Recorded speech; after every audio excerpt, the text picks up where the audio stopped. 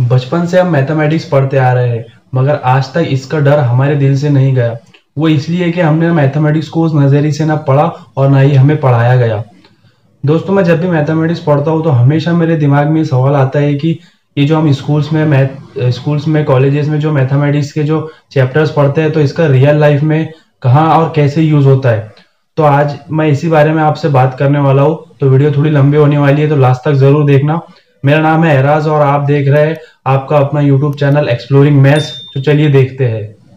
दोस्तों, आपने आगरा का ताजमहल तो देखा होगा। 7 अजूबों में से एक अजूबा है। प्योर सिमेट्रिकल शेप है, बहुत ही खूबसूरत इमारत है। जब मैंने इसे देखा तो मेरे दिमाग में एक थॉट आया कि इसके ऊपर जो ये गुंबद बनी है, ये जो कर्व शेप बनाया गया है, ये बहुत ही परफेक्ट बनाया गया है। ये किस तरह उस टाइम बनाया गया होगा। ये जो भी आप देखते होंगे ऐसे गुंबद, ऐसे कर्व शेप वाले स्ट्रक्चर कैसे बनते होंगे। क्या आपने कभी सोचा है ये जो कर्व शेप वाले ऐसे स्ट्रक्चर है, इसके पीछे मैथ्स का कौन सा चैप्टर हो सकता है? जी हाँ, मैथ्स का एक चैप्टर है कैलकुलस, जिसका नाम है, उसका इस्तेमाल किया जाता है। जितने भी कर्व शेप डिज़ाइन है उसमें कितना मटेरियल लगेगा, उसकी डिज़ाइन कैसे बनेंगी, ये पता लगाने के लिए। यानी जितनी भी ये गुंबदें बनती है आर्किटेक्चर्स, इन सब के लिए कैलकुलस का इस्तेमाल करते हैं। आपने देखा होगा या सुना भी होगा, ज़मीन के नीचे लंबी लंबी केबल्स बिछाई गई है नेटवर्क के लिए, बिजली पहुंचाने के लिए। क्या आपने सोचा है इन केबल्स को कैसे नापा जाता होगा? अब मान लो यहाँ से 200 किलोमीटर दूर कोई पॉइंट है जहाँ बिजली पहुँचानी है। अब ऐसा तो नहीं कि मैप पर हमने 200 किलोमीटर नापा और सीधी लाइन खींच दी, बीच में कोई बिल्डिंग आए, कुछ भी आए, कोई मतलब नहीं, बस उड़ाते चले जाओ। ऐसा नहीं होता ना भाई, कहीं मोड़ भी होती है, कहीं आपको वायर को घुमा के लेके जाना पड़ता है। तो इस केबल की कितनी लेंथ होगी, इसे कितना घुमाना पड़ेगा, तो ये सब पता लगाने के लिए कैलकुलस चैप्टर का यूज़ होता है। बायोलॉजिस्ट जो है वो भी इसी चैप्टर का यूज़ करते हैं। किस लिए करते हैं कि बैक्टीरिया किस रेट से ग्रो कर रहा है, अलग अलग माहौल में, सर्दी में किस रेट से ग्रो करेगा, गर्मी में किस रेट से ग्रो करेगा, तो ये पता लगाने के लिए भी बायोलॉजिस्ट कैलकुलस चैप्टर का यूज़ करते हैं। फिज़िक्स में भी ये यूज़ होता है। Centre of mass, centre of gravity जैसे मुश्किल कंसेप्ट को पता लगाने के लिए भी कैलकुलस चैप्टर का यूज़ होता है। स्कूल लाइफ से एक चैप्टर ऐसा है जो आपको हर वक्त एक्स की वैल्यू पूछता रहता है कि एक्स की वैल्यू क्या थी, एक्स की वैल्यू क्या है। अलजेब्रा चैप्टर की मैं बात कर रहा हूँ, तो एक्स की वैल्यू पूछने के अलावा और भी जगह काम में आता है ये। Study of genes and study of DNA, X and Y chromosomes जो आपने साइंस में पढ़े होंगे, उनकी स्टडी करने में, इक्वेशन बना के जो डीएनए के इक्वेशन को ईजी तरीके से रिप्रेजेंट करने में अलजेब्रा चैप्टर का यूज़ होता है। दूसरा अलजेब्रा का यूज़ होता है एक्स और वाई ग्राफ, जो इकोनॉमिक्स में यूज़ होता है। डिमांड एंड सप्लाई कितनी बढ़ेंगी, कितनी कम होंगी, एक्स एक्सिस बनती है, वाई एक्सिस बनती है, फिर इक्वेशंस बनती है। इतनी डिमांड रही तो सप्लाई कितना होना चाहिए, इतनी सप्लाई होने पर डिमांड होने के कितने चांसेस है। तो यहाँ पर भी अलजेब्रा चैप्टर का इस्तेमाल किया जाता है। कंप्यूटर ग्राफिक्स में भी अलजेब्रा का इस्तेमाल किया जाता है। आपने सुपर मारियो गेम तो खेला होगा, मैंने भी खेला है, बहुत ही मज़ेदार गेम है। सुपर मारियो गेम में एक चीज़ नोटिस किया होगा आपने कि वो एक 2D गेम है। उसमें हमारा प्लेयर आगे बढ़ता है या ऊपर या नीचे जाता है। 2D का मतलब है एक्स एक्सिस पर काम करेगा या वाई एक्सिस पर काम करेगा। तो इसको बनाने के लिए भी अलजेब्रा चैप्टर का इस्तेमाल हुआ है। रियल लाइफ में भी आप अलजेब्रा का यूज़ करते हो। मान लीजिए आपके पास 100 रुपये थे, आपको गर्मी लग रही थी, आपने 10 रुपये का नींबू पानी पी लिया। अब आपके पास कितने रुपए बचे? 90 रुपये बचे। अब आपको एक दुकान दिखी, वहाँ से आपने चॉकलेट्स खरीद ली और मान लो कि वो एक चॉकलेट 5 रुपये की थी। तो अब आप सोचेंगे कि 90 रुपये है मेरे पास, तो उस हिसाब से 5 रुपये के कितने चॉकलेट्स आएंगी। अलजेब्रा आ गया यहाँ पर। अब आप इक्वेशन बनाएंगे कि 5 को मल्टीप्लाई करेंगे कितनी चॉकलेट्स आएंगी, तो एक्स जो इसको मान के चलेंगे हम, तो यहाँ पर इक्वेशन कैसी बनेगी? 5x + 10 = 100। तो इसको सॉल्व करेंगे, जो एक्स की वैल्यू आप निकालते हो ना, तो यही तो अलजेब्रा है ना आसान। रियल लाइफ में भी हम मैथ्स का यूज़ करते हैं और हमें पता भी नहीं चलता।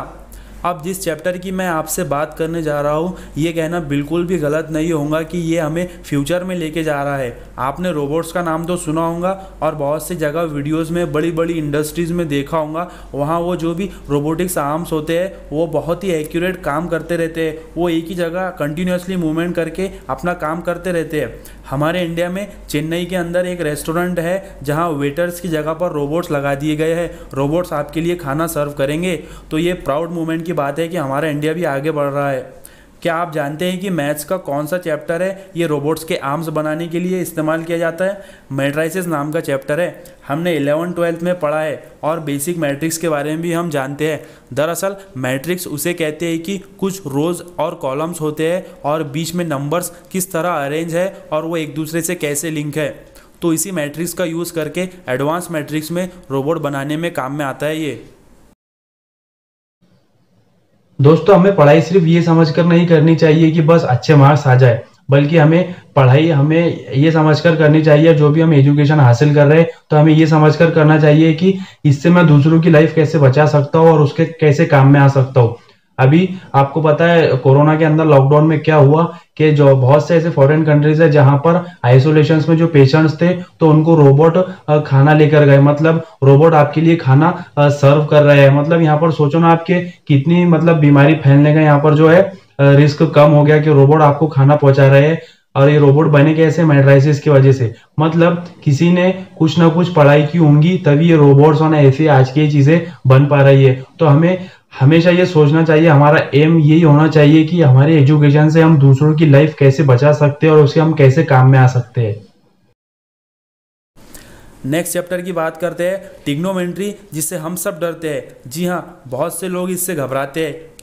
क्यों पढ़ रहे हैं ये हम चैप्टर? कहाँ यूज़ हो रहा है ट्रिग्नोमेट्री? हमने तो नहीं देखा किसी को साइन कॉस टेन का इस्तेमाल करते हुए, बस किताबों में देखा है। इसका इस्तेमाल देखने से पहले ये जान लेते हैं कि साइन कॉस टेन होता क्या है। ये मेजरमेंट ऑफ एंगल्स है, एंगल को नापने का एक तरीका। मेन यूज़ देखते हैं। सबसे बड़ा यूज़ इसका होता है मैरीन रैम्स बनाने में। रैम्स का मतलब होता है रास्ता बनाने में। अब समुद्री जहाज़ पर चढ़ने के लिए एक रास्ता बनता है, एक पुल बनता है। अब वो कितने डिग्री पर झुकाना है, कितना लंबा बनाना है, मैनुअल भी होते हैं और वो ऑटोमेटिक भी खुलते हैं। कब और कितने नीचे उसे खोलना है, ज़मीन पर आने के लिए प्रॉपर एंगल कैसे बनेगा। तो यहाँ एक राइट एंगल ट्रायंगल बनता है और जहाँ राइट एंगल ट्रायंगल बनता है वहाँ ट्रिग्नोमेट्री आती है। दूसरा यूज़ ट्रिग्नोमेट्री का यह है कि जहाज़ की लोकेशन पता लगाने के लिए भी, कोई भी जहाज़ हो, उड़ने वाला जहाज़ हो या पानी वाला जहाज़ हो, हमारी पोजीशन से जहाज़ कितने ऊपर उड़ रहा है, कहाँ उड़ रहा है, राइट एंगल फॉर्म करके ट्रिग्नोमेट्री का यूज़ किया जाता है। तीसरा यूज़ इसका एस्ट्रोनॉमर्स करते हैं जो स्पेस में जाते हैं, ये पता लगाने के लिए कि स्टार्स और प्लैनेट हमारी ज़मीन, हमारे अर्थ से कितनी दूर है। इसी तरह स्पेस रॉकेट्स, स्पेस शटल्स को डिज़ाइन करने में भी ट्रिग्नोमेट्री का यूज़ होता है। मान लो एक दिन आपको स्कूल या कॉलेज जाने के लिए लेट हो गया। आप घर से लेट निकले। अब आप सोच रहे हैं कि ऑटो से जाऊँ या बस से। ऑटो से मैं जल्दी पहुंच जाऊंगा और बस से मुझे कम पैसे लगेंगे। लेकिन अगर बस लिया तो उसे स्टॉप ज़्यादा लगेंगे और ज़्यादा टाइम लगेगा, और ऑटो से मैं जल्दी पहुंच जाऊंगा। अगर आप कभी इस टाइप की सिचुएशन, इस टाइप की चॉइसेस में फंसे होंगे तो आपने प्रोबेबिलिटी का यूज़ कर लिया। आपने प्रोबेबिलिटी चैप्टर लगा दिया यहाँ। देखिए प्रोबेबिलिटी असल में होती क्या है। प्रोबेबिलिटी मतलब आपके पास जो भी सिचुएशंस है, जो भी इवेंट्स है, उसमें से कौन सी सिचुएशन आप लेंगे, उसके चांसेस कितने हैं। तो आप क्या चूज़ करेंगे कि मैं ऑटो से जल्दी पहुंच जाऊंगा, तो ऐसी सिचुएशन में ऑटो लेने के कितने चांसेस है, यही तो है प्रोबेबिलिटी। इसी के साथ साथ अगर आपको कहीं जाना है और आप बाहर का मौसम देखते हैं कि अब आप सोचेंगे कि बाहर पानी आने के कितने चांसेस है, पानी आएगा कि नहीं आएगा, तो यहाँ भी आपने चांसेस यूज़ कर लिया। तो इसका मतलब यहाँ पर आपने क्या लगा दी, प्रोबेबिलिटी लगा दी। अगले चैप्टर की बात करते हैं स्टैटिस्टिक। स्टैटिस्टिक का मतलब होता है काउंट करना, किसी चीज़ का शुमार करना।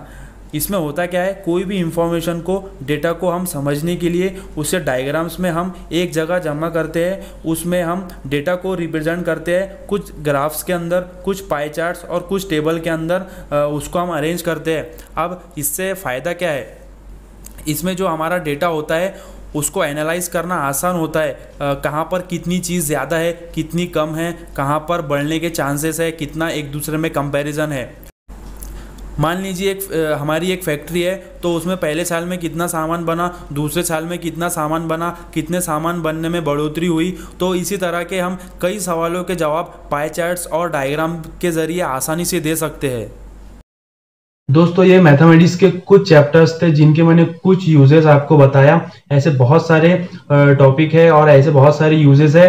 अगर हर एक टॉपिक को डिस्कस करेंगे तो हर एक टॉपिक पर एक वीडियो बनता है।